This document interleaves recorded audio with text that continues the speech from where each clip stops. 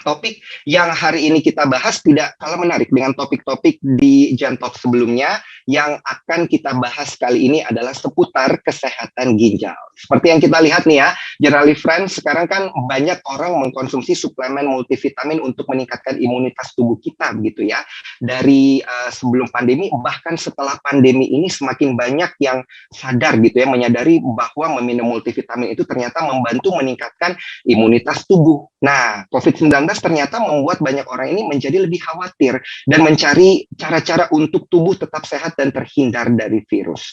Bahkan sempat ada yang namanya panic buying dan panic consumption, yang artinya kita membeli dan konsumsi vitamin dalam porsi yang jauh lebih banyak begitu dari masa-masa sebelum pandemi. Mungkin ingat nih ya, pada ingat ya Generally Friends, sebelum pandemi minumnya mungkin cuma 1-2 butir gitu, tapi setelah pandemi minumnya sampai 5-10 butir mungkin vitaminnya per hari. Nah, ini ada rekan kita dari UK bahkan hadir. Halo yang dari UK, thank you banget nih ya Generally Friends kita yang di UK ini udah hadir di sini untuk menyaksikan bincang-bincang tema kita yang menarik pada sore hari ini. Nah, saya lanjutkan lagi ini terkait dengan mitosnya ya, Generally Friends, bahwa kalau terlalu banyak minum obat ataupun suplemen multivitamin, ini akan berbahaya untuk ginjal kita. Nah, ini ada yang berpikir seperti itu. Ada juga yang berpikir, ya nggak apa-apa, karena kan kalau minum vitamin banyak nanti bisa terbuang melalui urin. Nah, ini yang jadi pertanyaan kita. Ini benar mitos gitu ya, atau fakta sebenarnya gitu ya. Dan acara ini juga sekaligus menyambut Hari Ginjal Sedunia. Yuk, saatnya kita cari tahu lebih banyak soal kesehatan ginjal kita, Generally Friends. Tentunya kita mulai dari Jantops di sore hari ini. Tanpa berlama-lama lagi ya, webinar ini akan kita buka dan saya tidak sendiri, pastinya ada narasumber-narasumber yang sangat kece-kece, hebat-hebat, pinter-pinter pasti ya, yang dipilih oleh Generali Indonesia pada sore hari ini. Saya ditemani oleh 2 orang dokter yang sangat ahli di bidangnya ya. Yang pertama ada Dr. Christopher Andrian, MGizi SPGK, sebagai dokter spesialis gizi klinik, dan juga nanti kita akan ditemani oleh Dr. Alvin Nur Salim SPPD sebagai dokter spesialis penyakit dalam. Saya sapa dulu nih Dr. Christopher, udah hadir belum nih? Halo Dr. Halo, Christopher. selamat sore, Mas Daniel. Dokter, sehat selalu ya. Sehat selalu dong. Nah, ini kondisinya lagi di mana nih? Ini apakah masih di sebelah ruang bertugas atau udah di rumah ini, Dok? Lagi di dalam poli di rumah sakit. Waduh, tetap bertugas ya jam segini, disempet-sempetin ngobrol sama Generali Friends kita pada sore hari ini. Thank you banget atas waktunya nih, Pasti Dr. dong. Christopher. Terima kasih juga sudah di-invite ya. Siap. Dr. Christopher, ini sebelum kita lanjutkan ke pemaparan Dr. Christopher di sore hari ini, izinkan saya dulu untuk menjelaskan sedikit profil dari Dr. Christopher ya, di mana Dr. Christopher Andrian MGizi adalah seorang dokter spesialis gizi tentunya, dengan melayani pasien di Rumah Sakit Siloam TB Simatupang, dan juga Dr. Christopher mendapatkan gelar spesialisnya setelah menamatkan pendidikan di Universitas Indonesia pada tahun 2006. Hingga saat ini pun beliau masih aktif mengedukasi kesehatan melalui berbagai seminar. Jadi para Generali Friends kita sore hari ini beruntung banget nih, kita dapat edukasi yang sangat menarik dari ahlinya langsung nih, dari spesialis gizi Dr. Christopher. Silakan nih Dok dengan pemaparannya pada sore hari ini. Oke, baik. Saya langsung mulai aja nih berarti nih ya. Ya, silakan, Oke. silakan Dok. Saya coba share screen ya. Siap. Oke. Nah, ini sambil Dr. Christopher coba share screen, saya ingatkan kembali untuk Generali Friends kita ya, yang memiliki pertanyaan, jangan lupa silakan gunakan fitur Q&A di bawah ini dan boleh bertanya sebanyak-banyaknya ya. Nanti karena akan kita pilih pertanyaan yang menarik dan kita akan bagi-bagi hadiah giveaway eksklusif merchandise hanya untuk 5 penanya yang beruntung aja. Silakan Dr. Christopher, ini sorry saya potong ya, ada intermezzo menarik. Ya, terima kasih Mas Daniel. Ini jadi sudah kelihatan ya, udah saya share ya. Ya, Oke. sudah tampil. Udah tampil. Oke, jadi hari ini saya sharing mengenai apakah minum vitamin yang berlebih itu akan membahayakan ginjal gitu ya. Nah, tadi udah Mas Daniel juga sampaikan bahwa ternyata selama pandemi ini itu banyak sekali intake vitamin yang semakin banyak setiap hari. Tujuannya apa sih? Tujuannya untuk meningkatkan imunitas. Tapi apakah dengan vitamin aja itu cukup? Nah, saya akan bahas itu di sini. Ini update COVID 22 Februari 2022 kemarin, angkanya masih meningkat ya, 57.491 per hari. Jadi tetap harus hati-hati. Nah, ini intinya adalah imunitas. Imunitas kita akan baik itu kalau kita memenuhi yang namanya 4 pilar ini. Yang pertama adalah mindfulness, yang kedua adalah nutrition, yang ketiga adalah sleep, yang keempat adalah exercise. Nah, vitamin itu adalah salah satu bagian kecil yang terdapat di dalam nutrisi. Gitu. Jadi, kalau cuma kita memenuhi vitamin aja, itu kita cuma hanya memenuhi sebagian kecil dari nutrisi kita. Tapi kita tidak bisa memenuhi keempat pilar ini. Karena imunitas kita itu akan baik kalau kita saling melengkapi 4 pilar ini dengan baik satu sama lain. Nah, saya akan bahas satu-satu. Kenapa? Karena kalau misalnya kita hanya nutrisi doang nih, makanannya bagus, makanannya sehat gitu ya. Oke banget, makanannya bersih setiap hari, oke, lengkap. Tapi kita stres, mindfulness kita tidak terjaga. Kita nggak pernah exercise. Kita juga tidurnya nggak cukup. Ya, imunitas kita juga nggak akan terbentuk dengan baik. Makanya keempat parameter ini sangat berkaitan erat. Nah, yang pertama adalah status gizi. Kalau misalnya kita ngomongin vaksin gitu ya, imunnya harus terbentuk apabila kita vaksin. Tujuannya kan vaksin buat itu ya, untuk membentuk adanya imunitas. Tapi salah satu faktor resiko untuk terjadinya penurunan efikasi atau efisiensi atau keunggulan vaksin itu salah satunya adalah obesitas. Ketika kita obes, kemampuan vaksin untuk membentuk imunitas kita tuh akan menurun. Kalau kita makan Western diet itu yang high fat, high sugar gitu ya, makanan gula yang tinggi, lemak yang tinggi, itu juga menurun efikasinya. Pengaruh lingkungan, stres itu juga sangat berpengaruh. Lalu yang dapat meningkatkan efikasi vaksin itu apa? Tidur yang cukup, makanan yang bergizi, olahraga, dan juga kesehatan dari saluran cerna kita. Dan itu sangat berkaitan erat untuk terbentuknya imun dan efikasi dari si vaksin itu sendiri. Nah, ketika seseorang itu mengalami COVID, apakah komplikasinya itu ada berat, ada yang ringan, ada yang sedang, itu juga sangat dipengaruhi oleh kondisi fisik seseorang. Yang saya ingin tekankan di sini adalah ketika kita aktivitasnya itu semakin inaktif atau sedentary gitu ya.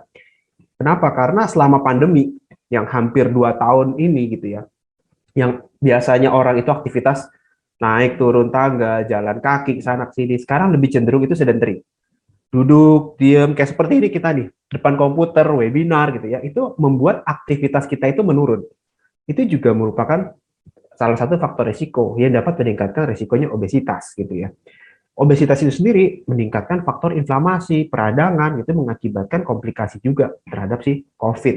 Ini yang faktor-faktor risiko tadi yang saya sudah sebutkan di depan. Western diet yang makan tinggi lemak, tinggi karbohidrat, itu juga meningkatkan stres, tidurnya yang nggak cukup, lalu kesehatan saluran cerna kita yang jelek, dan juga efek dari merokok gitu ya, itu juga sangat mempengaruhi komplikasi dari COVID dan dapat menurunkan imunitas kita. Ketika seseorang itu obes, kegemukan gitu ya, yang terjadi di dalam badan dia adalah dia kelebihan lemak, over excess fat di badannya, persentase lemak di badan dia itu meningkat. Dampaknya, faktor inflamasi atau peradangan juga semakin meningkat, mengakibatkan stres oksidatif, kerusakan pembuluh darah, endotel gitu, yang akan berdampak terhadap kerusakan dari paru-parunya, kesehatan jantungnya gitu ya, kerusakan ginjalnya karena dia obesitas, dan kerusakan pembuluh darah yang terjadi dalam tubuhnya. Selain itu, ketika seseorang itu obesitas, ada baiknya dia melakukan medical check-up berkala. Kenapa? Karena banyak sekali yang ternyata ketika dia medical check-up baru ditemukan tuh, wah tensinya tinggi, gula darahnya puasanya kok tinggi, tapi gula darah 2 jam setelah makannya normal. Nah itu harus hati-hati tuh, sudah masuk kriteria prediabetes. Kolesterolnya jelek, LDL-nya tinggi, HDL-nya rendah, trigliseridnya juga tinggi. Itu juga merupakan satu faktor penyakit komorbid terhadap resiko jantung juga. Jadi harus hati-hati nih, karena ketika seseorang obes itu start awal ya peradangan di badan dia sudah tinggi. Bagaimana sih cara kita tahu seseorang itu obes apa enggak? Nah, yang dimaksud dengan peningkatan berat badan atau kegemukan itu karena adalah persentase lemak. Karena ada beberapa orang yang mungkin kelihatannya berat badannya tinggi gitu ya, berdasarkan indeks massa tubuh, tapi persentase lemak di badan dia itu kecil. Itu kita tidak bisa sebut sebagai obesitas. Nah, ketika seseorang itu overfat, fatnya berlebih, inflamasi meningkat, itu dapat mengalami yang namanya gangguan imunitas juga. Jadi di sini teman-teman harus hati-hati. Ketika berat badan berlebih, lingkar perutnya membuncit, yang laki-laki lebih dari 90, yang perempuan lebih dari 80 cm. Coba diukur masing-masing lingkar perut. Diukur berapa. Hati-hati tuh, kalau yang perempuan di atas 80 cm, laki-laki di atas 90, itu sudah merupakan salah satu faktor resiko bahwa lemak di badan dia itu berlebih. Ini adalah cara yang paling mudah untuk mengetahui apakah bentuk tubuh kita itu ideal apa enggak. Menggunakan body mass index dari tinggi badan dan berat badan. Rumusnya adalah berat badan dalam kilogram dibagi dalam tinggi badan dalam meter, tapi dikuadratkan lagi. Saya memakai persamaan berdasarkan Asia Pasifik di sini. Kalau di atas 25, itu kita masuk kriteria obes 1. Kalau di atas 30, hasil perhitungan tadi, itu masuk kriteria obes 2. Tapi yang saya mau tekankan di sini, ini hanyalah cara yang paling mudah untuk menentukan kita statusnya obes apa enggak. Di balik itu, kita harus tahu berapa sih persentase lemak di badan kita, supaya kita tahu resiko kita itu seberapa besar. Karena ada beberapa orang yang ukuran tubuhnya itu muskular gitu ya, mungkin seperti artis gitu ya, Deddy Corbuzier atau Aderai gitu ya. Mungkin ketika diukur BMI-nya, dia masuk obesitas, tapi ketika diukur persentase lemak, dia nggak obes gitu. Lemaknya sangat tipis, ototnya yang mendominasi. Itu hal yang baik gitu, karena lemak yang berlebih itu tidak baik di tubuh kita. Inilah pengaruh persentase lemak menunjukkan di tubuh kita. Kalau lemak kita over, meskipun beratnya sama-sama 54,8 kg gitu ya, yang paling kanan lemaknya 31,5%, itu memiliki bentuk tubuh yang lebih gemuk. Makanya kadang-kadang orang suka merasa bahwa berat badan saya sama loh, sama seperti 5 tahun lalu, mungkin sama-sama 70 kg, tapi kenapa sekarang celana pada sempit ya? Perutnya pada buncit, karena persentase lemaknya meningkat, ototnya berkurang, membuat bentuk tubuh kita menjadi lebih gemuk. Ketika seseorang menjadi gemuk, faktor resiko atau komorbid itu meningkat. Nah, caranya bagaimana supaya tubuh kita itu menjadi tidak gemuk, supaya imun kita tetap baik selama pandemi ini, dan supaya kita dapat menjaga kontrol berat badan kita jangka panjang. Prinsipnya mudah. Kita hanya membuat intake kalori yang masuk di badan kita itu lebih kecil daripada output kalori di badan kita. Intake kalori berarti kan semua makanan, minuman yang masuk itu diperhitungkan sebagai kalori kita. Ekspenditur pembakaran kalori itu dipengaruhi oleh aktivitas fisik, olahraga, jenis kelamin, tinggi badan. Laki-laki itu memiliki kemampuan untuk menurunkan berat badan yang lebih gampang daripada perempuan sebenarnya. Karena dia memiliki faktor metabolisme yang lebih tinggi dibandingkan perempuan. Dipengaruhi juga dengan oleh hormon testosteron seperti itu. Jadi input sama output kalori itu sangat bermain dalam pembentukan tubuh kita. Nanti saya akan bahas bagaimana caranya. Nah, kita bahas mengenai pola makan yang ideal dan konsumsi vitamin. Ini adalah contoh bagaimana sih kita dapat memenuhi makanan yang ideal. Kalau kita makan, itu berdasarkan healthy eating plates gitu ya. Saya ambil dari Harvard Medical School. Jadi, anggap piring kita bulat seperti ini.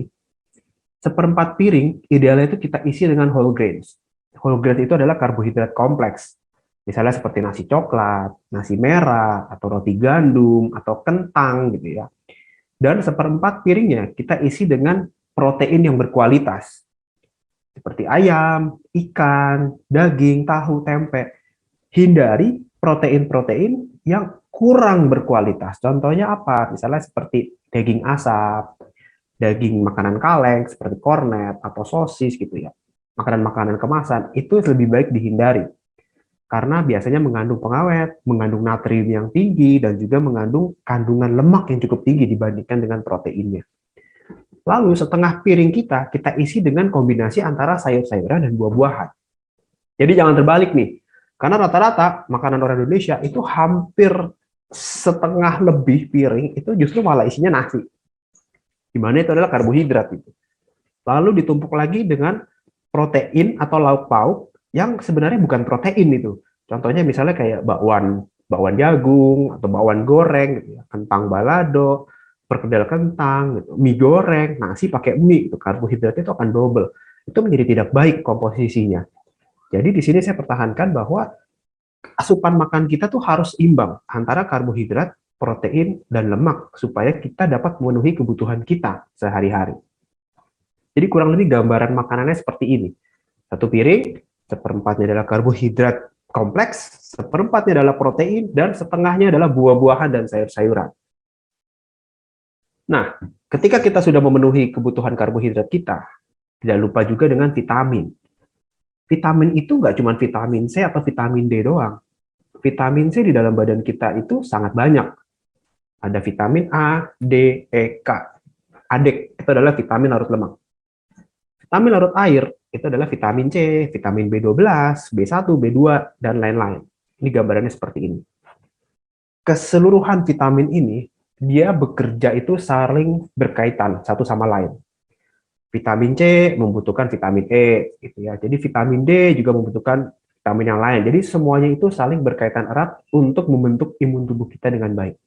Jadi kita tidak bisa hanya memenuhi salah satu atau salah dua vitamin ini doang. Kita cuma minum vitamin C doang, tapi kita tidak memenuhi vitamin yang lain. Vitamin A kita nggak makan, vitamin E kita nggak makan. Jadi ya tidak akan terbentuk dengan baik. Kalau seperti itu, jadi minum vitamin semua dong. Satu vitamin A, vitamin D, vitamin E, vitamin K. Jadi ada 10-30 kapsul vitamin. Bukan seperti itu. Selama kita memenuhi asupan makanan kita dan bervariasi dengan pola healthy eating balance tadi, ketika tubuh kita sehat, vitamin kita pasti akan tercukupi dengan baik. Karena kalau misalnya makanan kita bervariasi, dalam satu buah jenis makanan, itu beraneka ragam vitamin terdapat dalam situ. Nanti saya akan bahas di belakang. Nah, vitamin C, dampaknya ke ginjal apa sih? Banyak pertanyaan seperti itu. Kalau misalnya minum vitamin C, dosis tinggi, katanya buat imun. Imunnya bagus sekali katanya, buat ningkatin imun. Apakah itu baik, efektif apa enggak? Intinya gini, ketika tubuh kita sehat, vitamin C di dalam badan kita itu kira-kira kebutuhannya kurang lebih cuma sekitar 90-100 mg per harinya. Tapi ketika kita sedang sakit, sedang flu gitu, atau sedang COVID, sedang pilek, atau ibu hamil, atau merokok misalnya, kebutuhan vitamin C kita itu akan meningkat lebih tinggi. Kenapa? Karena ada radikal bebas yang meningkat juga di tubuh kita. Vitamin C itu sifatnya antioksidan. Dia bertugas untuk menetralkan si radikal bebas tadi. Ketika kita makan vitamin C, tubuh itu akan menyerap. Ini gambar yang kanan bawah. Dia akan masuk ke dalam pembuluh darah kita. Nah, di pembuluh darah ini dia akan nyebarin tuh ke organ-organ lain, ke liver, ke otak, ke paru-paru, ke jantung, gitu, ke semua kesebar. Tapi kalau misalnya intake kita itu terlalu berlebihan di dalam pembuluh darah nih, konsentrasinya terlalu tinggi gitu ya, ginjal ini akan mengambil alih, dia akan membuang sebagian yang berlebih, gitu ya. Jadi dia akan kebuang lewat urinnya. Kalau misalnya kita ada kelebihan vitamin C. Nah, inilah yang membedakan vitamin larut air dan vitamin larut lemak. Vitamin larut air ketika kita konsumsinya berlebih, dia akan sebagian kebuang lewat urin. Nah, itu yang sempat ada beberapa yang pertanyaan di situ ya, seperti vitamin C, vitamin B gitu ya. Makanya selang beberapa jam setelah kita minum vitamin tersebut, nggak berapa lama pipis kita kok berasanya agak sedikit pekat, ya, agak kuning gitu.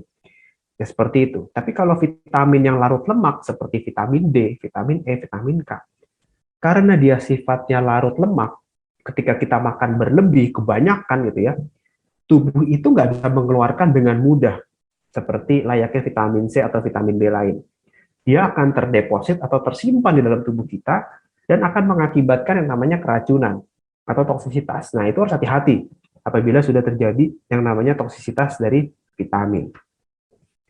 Di sini ada penelitian yang menghubungkan bahwa vitamin C itu apakah memiliki resiko untuk terjadinya insidensi kidney stone, sakit batu ginjal, terbentuknya batu ginjal. Mungkin nanti dokter Alvin akan menambahkan juga ya. Jadi di sini saya ambil penelitian dari tahun 2016. Mereka melakukan penelitian yang cukup lama, hampir sekitar 12 tahun gitu ya, terhadap 156.700 perempuan dan 40.000 laki-laki. Dia lihat jangka panjang selama hampir 12 tahun, dilihat ternyata yang mengkonsumsi suplemen vitamin maupun dia dosis kecil yang hanya cuma 500 atau yang sampai 1 gram gitu ya, atau yang sampai lebih 100 gram, itu ternyata memiliki resiko terjadinya batu ginjal. Tapi hanya pada laki-laki nih, lucunya. Kalau yang perempuan malah tidak ditemukan adanya resiko tersebut. Jadi kayaknya ya kalau dari penelitian tersebut, yang perempuan yang konsumsi vitamin C-nya dari suplemen, dia nggak ada masalah tuh. Tapi kalau laki-laki ditemukan bahwa, oh dia memiliki resiko terbentuknya batu ginjal lebih besar untuk yang laki-laki. Tapi kalau yang mendapatkan vitamin C-nya itu hanya dari makanan sumber, dari wortel, dari jeruk, dari buah kiwi, gitu, dari buah-buahan hingga mencapai 700 mg per harinya vitamin C. Mau laki, mau perempuan, aman-aman aja, tidak terbentuk terjadinya resiko batu ginjal. Sangat unik penelitiannya, dan ini penelitiannya cukup panjang nih, hampir 12 tahun, dan populasinya pun yang di subjek penelitiannya sangat banyak. Nah, untuk vitamin D bagaimana? Vitamin D beberapa tahun terakhir sempat tren. Kalau kita harus mengkonsumsi vitamin D dosis yang sangat tinggi sekali. Nah, apakah itu bermanfaat atau tidak? Intinya gini, vitamin D itu kita bisa dapatkan dari sinar matahari dan dari makanan atau suplemen. Ketika kita mengkonsumsi vitamin D tersebut atau kita paparkan dengan sinar matahari, tubuh kita itu akan membentuk yang namanya vitamin D, dan dia perlu liver untuk mengaktifkan menjadi 25-OH D3. Tapi 25-OH ini dia nggak bisa langsung kerja ke sebuah tempat. Dia perlu ginjal buat mengaktifkannya lagi di sini. Baru di 1,25 ini dia bisa kerja ke macam-macam tuh, ke tiroid, ke jantung, ke tulang untuk penyerapan kalsium, ke saluran cerna untuk menyerap kalsium juga, untuk resiko insulin, jadi untuk resiko diabetes, menurunkan itu, membentuk sel darah merah, membentuk imunitas kita. Jadi ini sangat dipengaruhi oleh ginjal.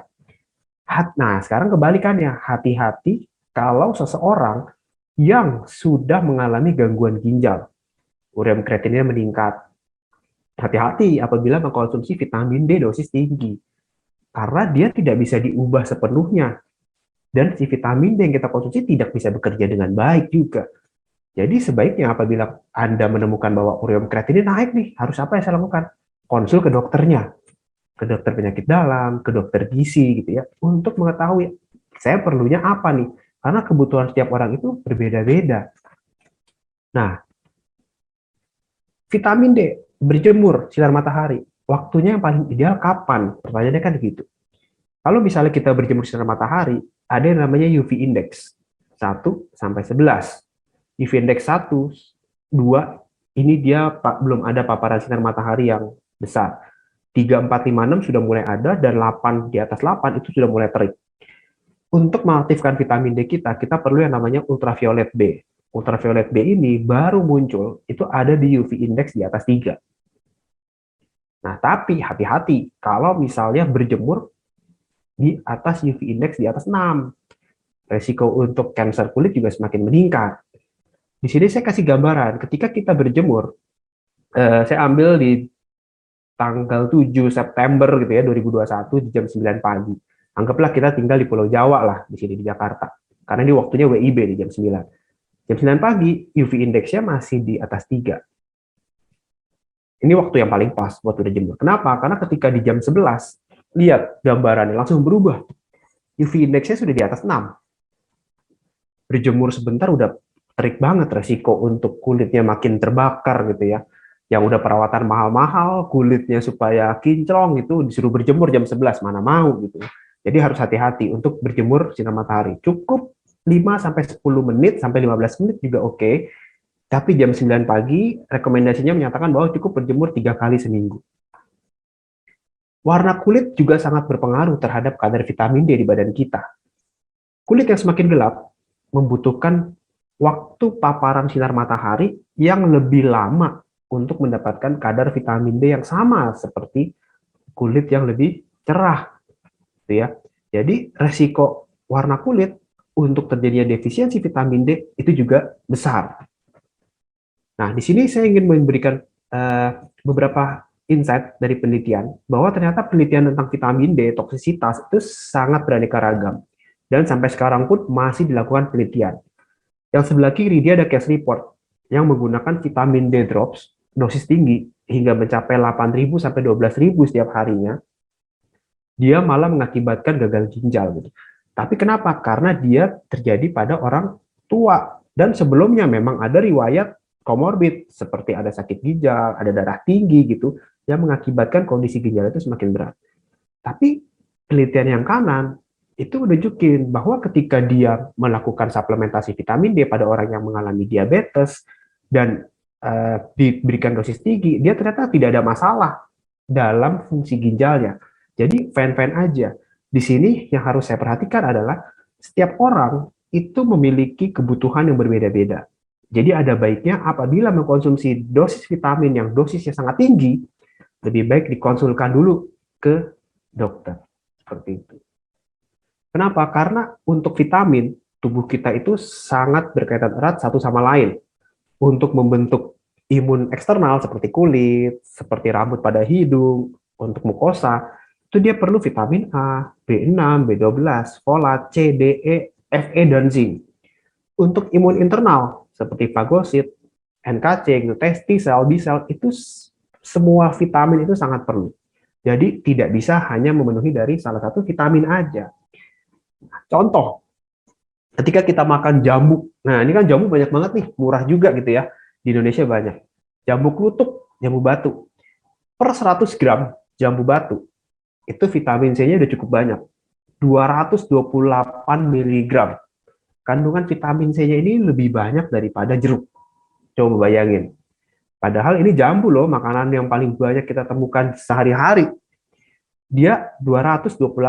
Andai kata kita mengkonsumsi buah jambu itu 2 kali sehari, pagi 1 untuk snacking, sore 1 untuk snacking, kita udah minum 500 mg vitamin C, sama.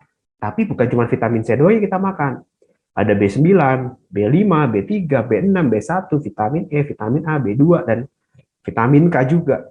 Jadi, semuanya ini bisa kita dapatkan hanya dengan kita makan buah jambu. Ketika kita makan jeruk gimana? Satu buah jeruk itu kurang lebih 131 gram gitu ya. Vitamin C-nya 69,7 mg. Ada B9, B1, vitamin A, B2, vitamin E, kuprum, kalium gitu. Sangat lengkap apabila kita mengkonsumsi buah-buahan tersebut. Nah, maksud saya perhatikan jangan pernah menggantikan buah-buahan yang kita makan ini dengan satu jenis vitamin saja. Tetap konsumsi buah-buahan yang beraneka ragam untuk mendapatkan berbagai macam vitamin dan mineral yang bisa kita dapatkan dari makanan sehari-hari. Seperti itu. Nah, ini lanjut pilar kedua, olahraga untuk membentuk imun yang baik. Rekomendasi menunjukkan bahwa cukup olahraga 30 menit setiap hari untuk meningkatkan respon imun tubuh. Karena ketika kita berolahraga, epinefrin tubuh kita meningkat. Aliran darah juga meningkat, mengakibatkan sel imun kita itu jadi tersebar juga gitu ya, menurunkan hipoksia. Namun, olahraga itu jangan berlebihan. Kenapa? Karena ketika kita olahraganya itu berlebih, justru malah meningkatkan resiko untuk terjadinya URTI, Upper Respiratory Tract Infection, infeksi saluran nafas atas yang meningkat 2-6 kali lipat lebih tinggi dibandingkan kalau kita nggak olahraga sama sekali. Makanya di sini kita sampaikan bahwa kita disarankan olahraga itu yang low atau moderate aja. Cukup ya yang ringan-ringan aja lah. Tapi diusahakan rutin. Karena itu dapat menurunkan hingga 50% kejadian infeksi saluran nafas atas. Pilar ketiga, tidur yang cukup. Ketika tidur kita cukup, imun kita juga akan baik. Kenapa? Karena kalau kita kurang tidur, respon vaksin antibodi responnya juga akan menurun. T helper dan limfosit juga akan sangat berpengaruh. Jadi, tidur yang berkualitas itu sangat penting. Beberapa makanan yang harus kita hindari menjelang tidur, alkohol, kopi, coklat gitu ya, makanan-makanan pedas, itu dapat mengganggu kualitas tidur kita.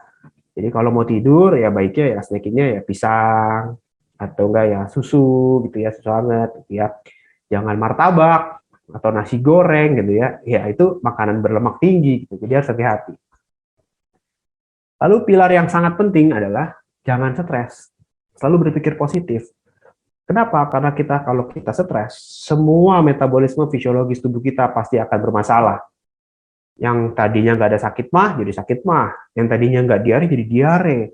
Yang tadinya fine-fine aja, rambut jadi rontok, kulit jadi tiba-tiba gatel-gatel, tensi jadi naik. Kenapa? Karena kita stres. Kita tidak bisa mengatur stres kita, emosi kita, dan itu sangat berpengaruh terhadap imun tubuh kita. Jadi yang paling baik apa kalau untuk mengatasi stres ini? Rekreasi, jalan-jalan, tetap berpikir positif gitu ya. Olahraga pun juga sangat membantu untuk mengatasi stres tubuh kita. Jadi kalau dari saya adalah adequate nutrisi itu sangat penting sekali dengan meliputi healthy balanced diet dan jangan lupa lakukan mindful eating supaya kita nggak stres juga. Boleh gunakan vitamin dan mineral sebagai suplementasi. Intinya suplemen itu adalah tambahan apabila kita tidak bisa memenuhi dari kebutuhan makanan kita sehari-hari. Itu yang dinamakan suplemen. Kita harus memenuhi kebutuhan dari makanan kita dulu, baru apabila kita tidak bisa dapatkan, kita penuhi dengan pemberian suplemen. Dan yang ketiga, jangan lupa 4 pilar dari imun health tadi. Sekian presentasi dari saya kembalikan lagi ke Mas Daniel. Terima kasih. Mantap banget, Dokter Christopher. Ini banyak yang sepertinya insecure ini, Dok, ketika ngomongin masalah nasi dengan mie instan gitu ya. Dan juga ketika ngomongin masalah lingkar perut gitu ya, saya langsung pegang-pegang perut gitu, ngukur ini 90 cm nggak ya ukurannya. Tapi menarik banget, Dokter Christopher, ini banyak sekali insight-insight menarik ya, bahwa yang kita tanyakan kan terkait dengan tema kita, apakah mitos atau fakta begitu ya. Ternyata ini bisa dua-duanya gitu ya, Dok ya. Tergantung dengan situasi dan kondisi tubuh dari masing-masing orang gitu ya, berarti ya, Dok ya. Betul, tergantung keperluannya, berapa besar dosisnya, dan tergantung kesehatan tubuh pada saat itu, gitu. Gitu. Jadi sebenarnya ini perlu dikhawatirkan banget nggak sih oleh para generali friends kita begitu terkait dengan berat tubuh ataupun mungkin porsi daripada vitamin, jenis daripada vitamin ini sebenarnya yang paling perlu dikhawatirkan yang mana nih, Dokter Christopher? Gimana, sorry? Suaranya agak putus-putus tadi. Terkait dengan yang perlu dikhawatirkan ini lebih ke berat tubuh, apakah obesitas atau enggak, jenis vitamin, atau mungkin jumlah vitamin atau intake vitamin yang sebenarnya wajib banget nih diperhatikan oleh para generalist friends, yang paling penting. Oh, semuanya sangat berpengaruh sekali. Maksud saya gini, ketika seseorang itu gemuk, dia nggak memperhatikan bahwa gemuk itu menurunkan imunnya dia. Tapi dia mementingkan intake vitamin yang banyak gitu, tanpa memperhatikan apa yang dia makan. Jadi intake vitamin yang dia makan jadinya nggak begitu efektif gitu. Apabila dia justru malah menurunkan berat badan, mengatur pola makan gitu ya, itu lebih efektif untuk meningkatkan imunitasnya. Berarti memang ini saling berkaitan, semuanya penting gitu ya, apalagi kalau kita ngomongin masalah kesehatan tubuh gitu ya, Dokter Christopher. Thank you banget ini waktunya. Nah, Dokter Christopher, jangan beranjak kemana-mana dulu ya, Dok, karena kita udah ada satu lagi nih, dokter yang jadi narasumber kita pada sore hari ini di Jam Talks yang sangat menarik temanya ya, mitos atau fakta kalau kita mengkonsumsi vitamin berlebih itu berbahaya gitu ya. Nah, ini saya mau sapa dulu nih, ada Dokter Alvin Nursalim, SPPD, sebagai dokter spesialis penyakit dalam yang sudah bergabung bersama kita di sore hari ini untuk diskusi Gen Talks. Halo, selamat sore, Dokter Alvin. Sore, Mas Daniel. Selamat sore, Mas Daniel. Halo, Dokter Christopher. Halo, teman-teman Generali Friends. Halo, Dokter Alvin. Selamat sore. Oke. Nah, ini Generali Friends, jagoan-jagoannya udah ada di sini dan pas banget kita di sesi kali ini adalah sesi tanya jawab. Saya lihat ini pertanyaannya udah puluhan yang ngantri ini, Dokter Alvin dan juga Dokter Christopher. Tapi sebelum kita masuk ke Q&A kita, saya mau menjelaskan dan juga menceritakan ya sedikit profil dari Dr. Alvin yang baru bergabung, di mana Dr. Alvin Nur Salim SPPD ini adalah seorang dokter spesialis penyakit dalam lulusan Universitas Indonesia, dan beliau juga aktif membantu layanan konsultasi perihal penyakit dalam dan tentunya tengah berpraktik di Brawijaya Hospital Saharjo. Selain itu, Dr. Alvin pun giat berbagi ilmu kesehatan melalui seminar-seminar dan juga pastinya talk show kayak sekarang ini di Jan Talks ya. Kita mulai aja nih ya sesi tanya jawab kita yang pertama ya, Dr. Alvin. Tadi saya udah sempat bahas sedikit bareng Dr. Christopher terkait mitos atau fakta kalau mengkonsumsi multivitamin, contohnya vitamin B, C, dan juga D, ini dalam jumlah atau dosis yang tinggi, ini dapat merusak fungsi ginjal dan bahkan bisa menyebabkan batu ginjal. Ya, terima kasih atas pertanyaannya. Sebelumnya mungkin saya ingin mengucapkan terima kasih kepada Generali yang telah mengadakan talk show ini, karena topiknya menurut saya cukup penting. Karena tadi Dr. Christopher juga sudah menjelaskan, mengangkat topik ini, bahwa memang akhir-akhir ini kita sedang berada pada fase euforia penggunaan vitamin, khususnya selama pandemi COVID-19. Namun, saya rasa yang ingin saya sampaikan sama seperti yang tadi telah disampaikan, dipaparkan oleh Dr. Christopher, bahwa segala sesuatu yang berlebihan itu tidak baik, termasuk vitamin, yang mungkin semuanya berpendapat bahwa vitamin itu adalah obat dewa. Ketika kita makan, imunitas kita bisa langsung tinggi. Tapi menurut saya pribadi, semua yang berlebihan itu tidak baik, dan mungkin saya ingin ingatkan bahwa vitamin C, D, apapun E, B, itu bukanlah obat dewa dan peluru magic ya, magic bullet yang kita gunakan untuk mempertahankan sistem imun tubuh kita. Dan apakah terkait pertanyaannya Mas Daniel, apakah memang bisa mempengaruhi fungsi ginjal? Seperti yang tadi telah dipaparkan, ada beberapa studi, bisa banget gitu ya. Misalkan kalau vitamin C yang berlebihan, dia bisa meningkatkan resiko terjadinya yang namanya oksalat nefropati. Jadi ada kristal kecil di ginjal kita, dan tentunya itu bisa menurunkan fungsi ginjal pada akhirnya. Karena mungkin yang sangat disayangkan saat ini marak sekali penggunaan vitamin C, khususnya mungkin vitamin C ya untuk pada klinik kecantikan, diberikan dalam bentuk infus dengan dosis yang sangat tinggi gitu. Padahal seperti yang tadi telah disebutkan, kebutuhan kita harian pada orang normal yang tidak sakit itu sebenarnya kurang lebih nggak sampai 100 mg per hari. Gitu. Baik, ini berarti perlu diperhatikan juga ya, bukan cuma yang dalam bentuk kapsul, tapi kalau yang kapsul kemudian dikombinasikan juga dengan yang dalam bentuk suntik, itu berarti kan dosisnya udah double gitu ya, dok ya, benar ya? Ya, biasanya cukup besar ya.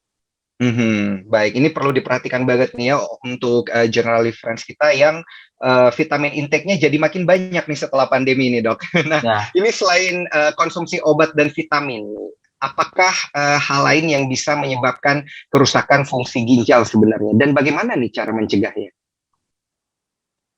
Oke, jadi bagaimana selain apa yang bisa merusak ginjal, sebenarnya banyak sekali. Gitu, selain vitamin, mungkin ada beberapa faktor klasik. Gitu ya, mungkin faktor klasik penurunan fungsi ginjal di Indonesia sih, di dunia mungkin secara umum adalah beberapa penyakit metabolik, khususnya misalkan diabetes, tekanan darah tinggi. Jadi memang penyakit penurunan fungsi ginjal di dunia itu disebabkan sebagian besar oleh penyebab-penyebab tersebut, diabetes, tekanan darah tinggi, dan juga ada penyebab-penyebab mungkin tidak klasik seperti ada gumpalan darah di pembuluh darah ginjal, dan mungkin termasuk vitamin ini, penggunaan vitamin yang terlalu berat. Jadi ini termasuk penyebab-penyebab non klasik. Kenapa saya sebutnya non klasik? Karena memang bisa, tapi memang dibandingkan penyebab-penyebab lain proporsinya lebih kecil. Lalu bagaimana kita menjaga fungsi ginjal? Tadi mungkin secara umum yang tadi dijelaskan oleh Dr. Christopher bisa kita terapkan juga untuk bagaimana kita menjaga fungsi ginjal. Jadi diperlukan sebuah pola hidup yang komprehensif. Tidak bisa nih bahwa saya mau makan yang sehat, tetapi mungkin pola hidupnya tidak berolahraga, tidak istirahat yang cukup. Jadi memang melibatkan pola hidup komprehensif yang harus lengkap, melibatkan mindfulness, ya tadi telah disebutkan, saya setuju sekali bahwa intinya kita harus memperhatikan banyak faktor tersebut. Tetapi mungkin beberapa poin yang ingin saya tekankan, walaupun kita memang harus memiliki pola hidup yang komprehensif, secara umum mungkin kita harus menjaga kecukupan cairan. Kedua, terkait topik kita kali ini, hentikanlah konsumsi vitamin yang terlalu berlebihan. Mungkin ada yang minum vitamin C sehari bisa 2.000-3.000 mg mungkin, Ada juga pasien yang seperti itu, ada yang vitamin D minum 10.000 IU setiap hari selama beberapa bulan. Nah, mungkin hal-hal seperti itu mungkin perlu dikonsultasikan terlebih dahulu. Belum tentu tidak perlu, tapi mungkin dipastikan apakah memang perlu. Lalu mungkin untuk tips menjaga kesehatan ginjal, jika mungkin kita perlu memeriksakan diri ke dokter untuk men-screening apakah kita memiliki faktor-faktor resiko klasik penurunan fungsi ginjal. Misalkan diabetes mellitus, tekanan darah tinggi, kolesterol, karena penyakit-penyakit ini adalah penyakit-penyakit tanpa gejala. Jadi kadang kita tidak memiliki gejala apapun, kebetulan dicek lab, tahu-taunya gula darahnya tinggi, atau ketika periksa ke dokter untuk keluhan yang lain, ternyata tekanan darahnya tinggi. Nah, jadi mungkin boleh bagi mereka khususnya yang memiliki keluarga dengan diabetes, tekanan darah tinggi, mungkin boleh untuk cek ke dokter untuk screening faktor resiko penurunan fungsi ginjal. Mungkin itu. Nah, ini mungkin yang bisa jadi safety switch-nya gitu ya, Dokter Alvin, daripada kita bingung seperti apa, mending kita cek kondisi tubuh kita seperti apa gitu ya. Baru kemudian didiskusikan vitamin apa atau mungkin suplemen apa yang cocok untuk badan kita, begitu ya berarti ya. Iya, benar.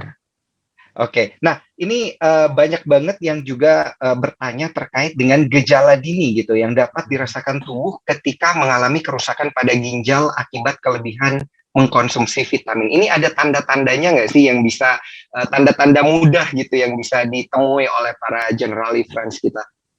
Iya, sayangnya mungkin gangguan ginjal tahap awal sayangnya umumnya tidak bergejala, tetapi mungkin jika gejala penurunan fungsi ginjalnya itu disebabkan oleh batu atau disebabkan oleh infeksi, biasanya dia akan menimbulkan keluhan nyeri pada punggung, biasanya punggung kiri atau punggung kanan, tergantung letak batunya di mana. Tetapi pada gangguan ginjal akibat diabetes, tekanan darah tinggi, terkadang umumnya pada tahap awal tidak menyebabkan gejala. Tetapi seiring dengan progresivitas dari penyakitnya, timbullah gejala-gejala terkait gangguan ginjal. Misalkan kok jadi lemas, HB-nya mulai turun karena ginjal berperan dalam produksi HB, sel darah merah. Lalu pada tahap akhir bisa penurunan kesadaran atau kencingnya kok mulai menurun gitu. Tetapi sayangnya memang pada tahap awal penurunan fungsi ginjal yang masih awal banget umumnya tidak bergejala. Karena itu mungkin saya menghimbau bagi teman-teman yang aduh kok kayaknya saya ragu gitu ya punya gangguan fungsi ginjal atau tidak, mungkin lebih baik memeriksakan diri ke dokter, karena mungkin pemeriksaan screening awal yang bisa kita lakukan untuk mendeteksi gangguan ginjal adalah pemeriksaan darah. Dalam hal ini pemeriksaan ureum kreatinin dan pemeriksaan urinalisis, pemeriksaan dicek urinnya ada gangguan atau tidak. Baik, tapi ini ada gejala awal yang tadi sempat disebutin Dokter Alvin, ini menarik banget, nyeri di punggung gitu ya berarti ya, nyeri di punggung ataupun penurunan kesadaran, kurang lebih seperti itu ya, yang benar-benar sepertinya bisa menjadi satu tanda-tanda awal berarti ya Dokter Alvin. Ya Mas Daniel, jadi mungkin nyeri di pinggang ya, mungkin karena ginjal kita kalau teman-teman lihat di teman-teman Google, mungkin letak ginjal kita itu adalah di pinggang atau kita sebutnya di daerah lumbal kiri dan kanan. Jadi ketika memang mungkin ada batu atau ada sumbatan, biasanya bisa menyebabkan nyeri di daerah pinggang kiri atau pinggang kanan. Tetapi jangan parno nih, nanti setelah dengar ini langsung aduh ini sakit pinggang nih, pasti ada batu ginjal. Enggak juga, karena memang sakit pinggang itu bisa disebabkan oleh banyak hal, bisa disebabkan oleh otot atau pencepitan saraf misalkan gitu. Oke, baik, ini menarik sekali. Nah, terkait dengan hal itu, Dokter Alvin, ini untuk batasan dosis vitamin yang bisa dikonsumsi, yang aman untuk ginjal, ini sebenarnya berapa banyak? Tadi kan kalau vitamin C tadi disebutkan kurang lebih 100 mg per hari, begitu. Kalau vitamin D seperti apa? Ya, mungkin nanti ini juga mungkin Dokter Christopher bisa bantu jawab. Kalau ya intinya kalau dari saya selalu mengatakan kepada pasien saya, vitamin itu tidak terkandung di dalam kapsul gitu. Jadi jangan menganalogikan vitamin itu dengan obat-obatan kapsul. Jadi ketika disebutkan vitamin D, kebutuhan vitamin D kita misalkan 600 sampai 1000, lalu kita minumnya 1000 dalam bentuk kapsul. Atau vitamin C, tadi misalkan 100 mg, lalu kita harus minum vitamin C dalam bentuk kapsul 100 mg. Karena mungkin vitamin D kandungannya relatif lebih sedikit di makanan, tetapi vitamin-vitamin lain cukup banyak di makanan gitu. Jadi ketika kita sehat, tidak ada gangguan penyerapan makanan, tidak sedang sakit. Ketika kita makan makanan yang seimbang dan bernutrisi dengan aturan pola piring makan tadi misalkan, di mana setengahnya itu tuh terdiri dari sayur dan buah, dan kalau bisa sayurnya bervariasi, buahnya bervariasi setiap hari, saya rasa cukup untuk mencukupi kebutuhan vitamin harian kita, gitu. Tapi memang lain halnya ketika sedang sakit. Nah, kalau dari saya mungkin secara umum vitamin C dosisnya tadi kurang lebih ya di bawah 100. Mungkin untuk pria 90 mg per hari, kalau untuk wanita 75 mg. Vitamin D sekali lagi tergantung memang status vitamin D pasien gitu. Kalau bingung, mungkin saran saya sih lebih baik diperiksakan terlebih dahulu apakah memang kita ada defisiensi vitamin D. Tapi secara umum mungkin di kisaran 600 sampai 1000 per hari bagi mereka yang tidak memiliki defisiensi gitu. Mungkin Dokter Christopher ada tambahan mungkin. Ya, ini langsung kita tanyakan aja ya, Dr. Alvin, kita tanyakan langsung ke Dr. Christopher, mungkin bisa menjelaskan terkait dengan jumlah intake daripada vitamin-vitamin nih yang wajar untuk tubuh kita, begitu ya. Tadi kan udah sempat disinggung sedikit juga oleh Dr. Christopher, jenis-jenis vitamin yang larut air dan juga yang tidak larut air, begitu ya, kurang lebih yang dijelaskan oleh Dr. Christopher. Nah, ini terkait dengan jumlah intake-nya, seperti apa nih dok, untuk vitamin C, D, vitamin A, dan vitamin K, begitu? Oke, kalau saya sih gini, kebutuhan setiap orang itu beda-beda. Contohnya aja satu vitamin deh, misalnya vitamin D. Vitamin D betul ya Dokter Alvin bilang, dari makanan kita itu sangat sedikit sekali. Paling tinggi kandungan vitamin D dalam makanan itu ikan salmon. Ikan salmon per 100 gram itu kurang lebih vitamin D-nya 800 IU. Kalau misalnya tahu ya, konsumsi vitamin D itu ada yang 1000, ada yang 800, ada yang 5000, 10.000, dan lain-lain. Yang kedua adalah dari jamur. Itu tinggi vitamin D. Nah, untuk memenuhi kebutuhan kita untuk akan vitamin D dari makanan aja nggak akan cukup. Biasanya makanya kita memerlukan adanya paparan sinar matahari tadi dengan berjemur. Gitu. Nah, kenapa sekarang itu banyak tren suplementasi vitamin D? Karena ketika kita periksa kadar vitamin D seseorang, itu ternyata rata-rata entah itu insufisiensi atau defisiensi. Sangat rendah vitamin D-nya, tidak mencapai kadar yang optimal yang kita harapkan di situ. Barulah seperti itu kita lakukan suplementasi. Kenapa? Karena gaya hidupnya, makanan sehari-hari dengan paparan sinar matahari, dia itu nggak cukup. Oleh karena itu, kita memerlukan adanya tambahan suplementasi. Ketika seseorang dokter itu sudah menentukan, melihat bahwa hasilnya, oh, ini jelek nih, rendah. Nah, barulah di situ kita melakukan suplementasi dosis tinggi nih. Baik. Sambil kita lakukan pemantauan. Dengan ada target. Ketika seorang dokter itu memberikan, oh vitamin D, Bapak minum dulu deh, 10.000. Nanti biasanya ketika berapa bulan kemudian kita cek ulang lagi. Tujuannya supaya dia tidak berlebihan kadar vitamin dalam darah dia. Dan untuk mengetahui berapa sih dosis maintenance yang dia butuhkan. Karena contoh misalnya kayak kita, berangkat pagi, matahari nggak ada. Pulang malam, matahari juga udah nggak ada gitu ya. Gimana berharap mau berjemur gitu. Pasti kadar vitamin D kita juga akan menurun gitu. Khususnya misalnya perempuan yang menggunakan hijab gitu, itu juga sangat berpengaruh sekali terhadap vitamin D. Warna kulit tadi itu juga sangat berpengaruh sekali terhadap pembentukan vitamin D dalam badan kita. Makanya sekarang kita perlu ada tambahan suplemen vitamin D untuk nentuin berapa banyak dan berapa lama, dan ketika udah achieve dosis optimalnya berapa kadar ya, baru kita turunkan disesuaikan dengan dosis maintenance-nya. Kurang lebih begitu gambarannya kalau untuk vitamin D.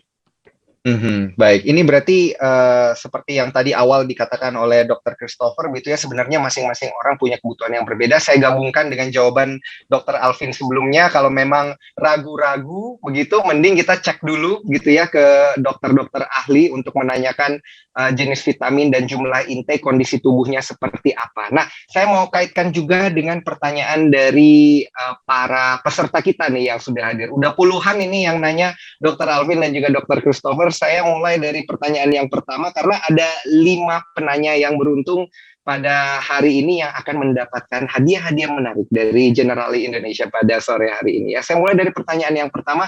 Ini pertanyaannya lebih cocok untuk Dr. Christopher ini sepertinya. Sebenarnya vitamin atau suplemen apa yang penting untuk anak usia di bawah 2 tahun? Oke, untuk anak ya. Jadi balik lagi ya. Prinsipnya suplementasi vitamin itu adalah tujuannya untuk memenuhi kebutuhan yang tidak bisa dipenuhi oleh anak tersebut. Contoh misalnya, anak tersebut nggak pernah makan buah nggak mau, tiap kali diajak disuruh makan buah berantem sama mamanya. Pokoknya nggak pernah sama sekali anak tersebut mengkonsumsi buah deh. Nah, kalau seperti itu kan kita bisa menilai, oh ternyata intake buah apa sih? Vitamin C kita nggak ada dari buah, atau vitamin A juga harus hati-hati. Nah, makanya hati-hati juga nih. Makanya ada program pemerintah yang dilakukan selama 2 kali dalam 1 tahun gitu ya, yang memberikan kapsul vitamin A untuk anak. Nah, itu tujuannya sebenarnya buat itu, untuk memenuhi asupan vitamin A untuk anak. Baik. Terus ada lagi misalnya vitamin D untuk anak. Kenapa? Karena dia misalnya nggak pernah berjemur atau pernah untuk pertumbuhan tulang gitu ya, untuk tinggi badan, itu sangat berpengaruh sekali. Dan untuk anak 2 tahun paling sering itu adalah zat besi. Biasanya untuk anak-anak yang susah makan protein. Makan daging dia nggak mau, makan ayam nggak mau, dilepek. Kunyah-kunyah dilepek, digigit nggak mau gitu kan. Itu sangat berpengaruh sekali untuk resiko defisiensi zat besi. Intinya balik lagi ke kebutuhan anak tersebut gimana. Kalau untuk anak, konsultasikan ke dokter anak juga. Begitu jawabannya. Baik, menarik sekali ini. Udah terjawab pasti ini untuk peserta kita yang bertanya terkait hal ini. Nah, saya sekarang beralih kembali ke Dokter Alvin nih. Saya penasaran nih sebenarnya, Dok. Jika memang ada yang sudah terkena gangguan ginjal, gitu ya, apakah fungsi ginjal bisa diperbaiki? Dan adakah booster vitamin atau makanan yang bisa dikonsumsi untuk memperbaiki ginjal? Ya, terima kasih atas pertanyaannya. Mungkin bagi seseorang yang memiliki penurunan fungsi ginjal, ada beberapa hal yang perlu diperhatikan gitu untuk menentukan apakah fungsi ginjalnya masih reversible atau tidak. Jadi memang mungkin di kedokteran kita mengenalnya untuk penurunan fungsi ginjal itu ada yang akut atau terjadi baru akhir-akhir ini gitu kurang lebih, dan juga penyakit ginjal kronik yang sudah terjadi cukup lama. Biasanya tergantung dari penyebabnya. Penurunan fungsi ginjal itu bisa diperbaiki jika penyebabnya itu reversible. Misalkan ada batu, penyumbatan oleh batu. Jadi air seninya tidak bisa keluar dari ginjal. Nah, seiring dengan batunya diambil, fungsi ginjalnya bisa kembali lagi normal karena airnya bisa keluar dengan lancar. Nah, tetapi ada penyebab-penyebab yang tidak reversible, yaitu misalkan kerusakan ginjal karena diabetes. Nah, jadi biasanya pada pasien-pasien diabetes jangka panjang, kerusakan ginjal yang terjadi sudah permanen. Jadi ketika sudah ada kerusakan ginjal, umumnya tidak bisa kembali ke fungsi awalnya lagi, gitu. Jadi mungkin memang harus ada pemeriksaan mendetil terlebih dahulu untuk menentukan penyebab dari penurunan fungsi ginjal tersebut. Lalu apakah ada booster vitamin khusus? Dari yang saya ketahui sepertinya sih tidak ya. Tidak ada satu vitamin khusus yang benar-benar bisa mengembalikan fungsi ginjal untuk kembali ke fungsi normal. Jadi ya intinya yang terpenting adalah mengetahui etiologi pasti dari penurunan fungsi ginjal tersebut. Itu lebih penting daripada mencari mungkin disuplemen dengan vitamin-vitamin tertentu. Dan lebih penting berarti ini mendingan kita menjaga ya, jangan sampai sakit atau jangan sampai parah gitu ya, Dok ya. Ini kan amit-amit banget ya ginjalnya kalau bermasalah ini bisa kena yang lain-lain juga. Tadi sempat saya lihat di presentasinya Dr. Christopher, ginjal ini ternyata fungsinya penting banget untuk organ-organ kita yang lain. Nah, ini saya lanjutkan pertanyaannya untuk Dr. Alvin karena ada kasus nih dari penanya kita, peserta kita Generali Friends, namanya Ardi dari Semarang yang mau bertanya terkait dengan apakah jika air kencing sering atau urin ini sering selalu berbuih, itu menandakan ginjal mulai sakit atau bermasalah. Kalau benar, bagaimana terapi yang bisa dilakukan? Karena Mas Ardi ini merasa akibat pandemi ini terlalu berlebihan minum berbagai macam vitamin, air seninya berbuih gitu. Jadi sayangnya kita tidak bisa melihat. Jadi dahulu sebelum ada pemeriksaan urin, memang peneliti-peneliti atau dokter-dokter ratusan tahun yang lalu meneliti kesehatan ginjal kita, kesehatan urin kita dengan melihat warnanya. Jadi ada sebuah diagram warna urin dan juga dari rasa bahkan, karena memang benar bahwa mereka yang diabetes gula urinnya cenderung lebih manis. Tetapi untuk saat ini, untuk mengetahui penurunan fungsi ginjal secara detail, sayangnya kita tidak bisa melihat urin kita secara makroskopik. Jadi urin kita secara kasar yang kita lihat ketika kita buang air kecil tidak bisa menjadi gambaran detail apa sih yang terjadi dengan gangguan kita. Tetapi memang ada beberapa hal yang bisa kita lihat yang memang mewakili. Umumnya yang masih bisa dipercaya adalah warna urin. Gitu. Kalau warna urinnya memang pekat sekali, kemungkinan pasiennya sedang dehidrasi atau kekurangan cairan. Maksud saya pekat, kuning, bahkan ada yang kecenderung warnanya benar-benar coklat ya. Nah, itu kekurangan cairan. Nah, kalau warnanya merah, biasanya itu pertanda ada darah gitu, walaupun ada faktor-faktor lain yang bisa menyebabkan urin warna merah. Penggunaan obat tertentu, misalkan obat tuberkulosis, makanan-makanan tertentu gitu. Jadi itu juga perlu diperhatikan. Tetapi jika memang ragu, misalkan Mas Ardi ragu apakah urinnya termasuk normal atau tidak, saya sih menyarankan diperiksa urinalisis, dicek kencing. Nanti dari urinalisis itu akan diberikan informasi apakah ada darah, apakah ada protein. Biasanya banyak yang menghubungkan urin berbuih itu dengan adanya protein tinggi di urin. Nah, tapi sayangnya hal itu saya rasa belum terbukti. Jadi kalau benar-benar ingin mengetahui, lebih baik dilakukan urinalisis. Baik, mending langsung ditanyakan ke ahlinya, lakukan urinalisis, jawabannya ada di sana begitu ya. Kita beralih ke pertanyaan selanjutnya, saya mau tanyakan sekarang ke Dr. Christopher. Nah, Dr. Christopher nih, ini ada rekan generali friends kita yang doyan nge-gym gitu ya, sering nge-gym dan minum suplemen olahraga seperti whey protein, BCAA, kreatin, dan multivitamin gitu ya. Nah, ini pertanyaannya adalah, apakah akan berpengaruh ke kinerja ginjal? Dan untuk diet high protein dan low carbs, apakah berbahaya untuk ginjal? Oke, kalau pertanyaannya apakah berpengaruh terhadap ginjal? Iya jawabannya. Makanan yang sangat tinggi kandungan protein itu sangat mempengaruhi fungsi ginjal. Karena kalau misalnya kita ngomongin suplemen-suplemen, itu kan hitungannya suplemen juga tuh, protein.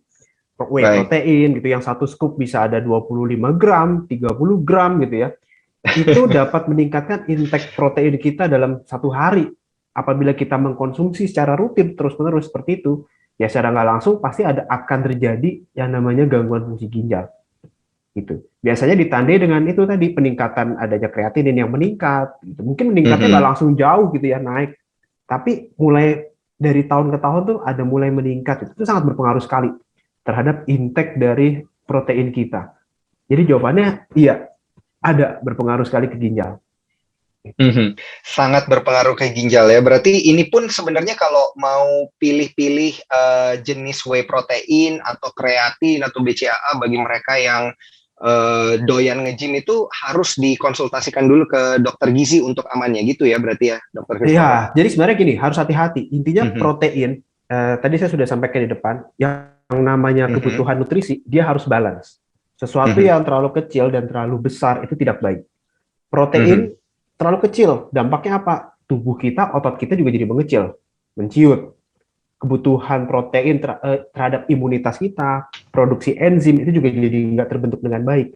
Karena bahan bakarnya adalah si protein itu gitu.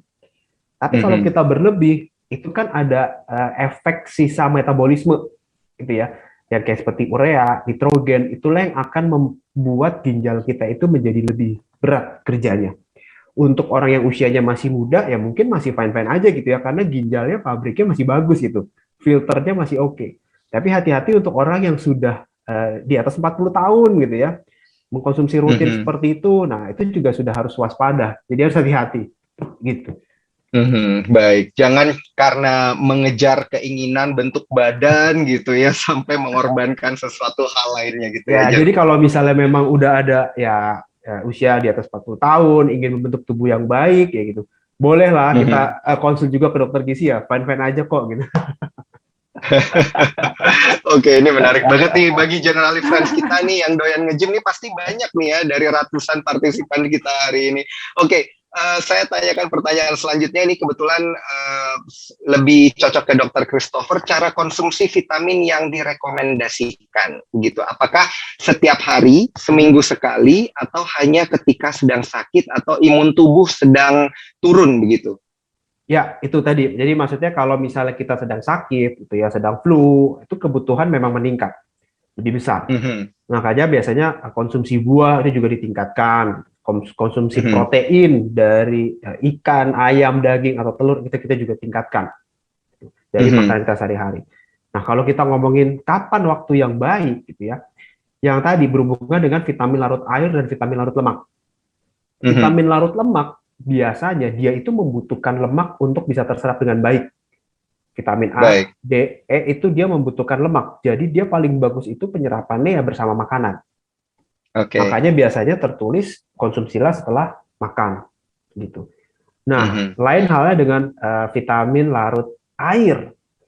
Sebenarnya vitamin larut air itu dia paling bagus penyerapannya saat perut kosong. Sebenarnya idealnya seperti itu. Ketika kita minum perut kosong, dia bagus terserap dengan baik. Tapi karena ada beberapa vitamin yang ketika kita minumnya dengan perut kosong, itu membuat lambung kita itu menjadi teriritasi dan tidak nyaman. Salah satunya adalah vitamin C tadi. Karena sifatnya tadi adalah asam askorbat. Makanya vitamin-vitamin yang seperti itu disarankan untuk dikonsumsi setelah makan dengan perut terisi supaya dia tidak memperberat kerja si lambung. Jadi kurang lebih begitu jawabannya. Baik, kalau vitamin herbal atau medis bagusnya yang mana nih menurut Dr. Christopher? Oke, yang namanya herbal atau yang mengklaim namanya herbal itu tidak sepenuhnya baik. Kenapa? Karena kita kadang-kadang tidak tahu komponen isinya itu apa. Itu ya. Jadi misalnya ada kemasan herbal apa gitu. Biasanya tuh mereka tidak mencantumkan komposisinya itu apa aja sih gitu loh. Dan herbal itu juga ada yang belum terbukti penelitiannya untuk jangka panjang. Jadi nggak sepenuhnya yang herbal itu pasti lebih baik daripada yang tablet atau yang kimiawi gitu ya. Mungkin Dr. Alvin ada pendapat lain, Dok? Silakan, Dok. Iya, ini yang herbal atau lebih cocok yang medis begitu, Dr. Alvin? Ya, jadi ya mungkin kita sebagai warga Indonesia gitu ya, memang ini pertanyaan yang sangat sering kali ditanyakan gitu, karena memang kita memiliki potensi, memang perlu diakui bahwa Indonesia memiliki potensi sumber daya yang sangat luas untuk bahan-bahan herbal. Tetapi mungkin seperti yang tadi Dr. Christopher sudah sampaikan, bahwa sayangnya kalau ditanya gitu untuk, dok ini herbal bisa nggak untuk sakit tertentu? Terkadang saya sulit untuk menjawab, karena kenapa? Karena masih keterbatasan penelitian dan bukti nyata yang telah didokumentasikan dari penelitian-penelitian. Jadi kalau pertanyaannya herbal lebih bagus mana, mungkin case by case. Jika mungkin bahan herbal tersebut sudah ada penelitian tertentu yang cukup valid, cukup kuat dan sahih, saya rasa mungkin bisa kita gunakan gitu, di mana keamanan sudah terbukti aman dan efektifnya juga sudah terbukti efektif gitu. Baik, ini menarik sekali Dr. Alvin dan juga Dr. Christopher. Kita banyak banget dapat informasi-informasi menarik di sore hari ini, dan utamanya saya juga sebagai orang yang doyan olahraga, menjaga kesehatan gitu ya, ini dapat banyak banget insight, apalagi Generali Friends kita pada sore hari ini. Baik, pesan dari saya prinsipnya gampang, you are what you eat. Jadi kamu adalah apa yang kamu makan. Ketika kamu makannya baik, ya kamu akan memiliki feeling yang baik dan memiliki bentuk tubuh yang baik. Jadi selalu pertimbangkan apa yang masuk dalam makanan kita. Itu kira-kira. Baik, you are what you eat ya. Ini yang menjadi penting untuk Generali Friends. Dari Dr. Alvin, pesan-pesan terakhirnya seperti apa?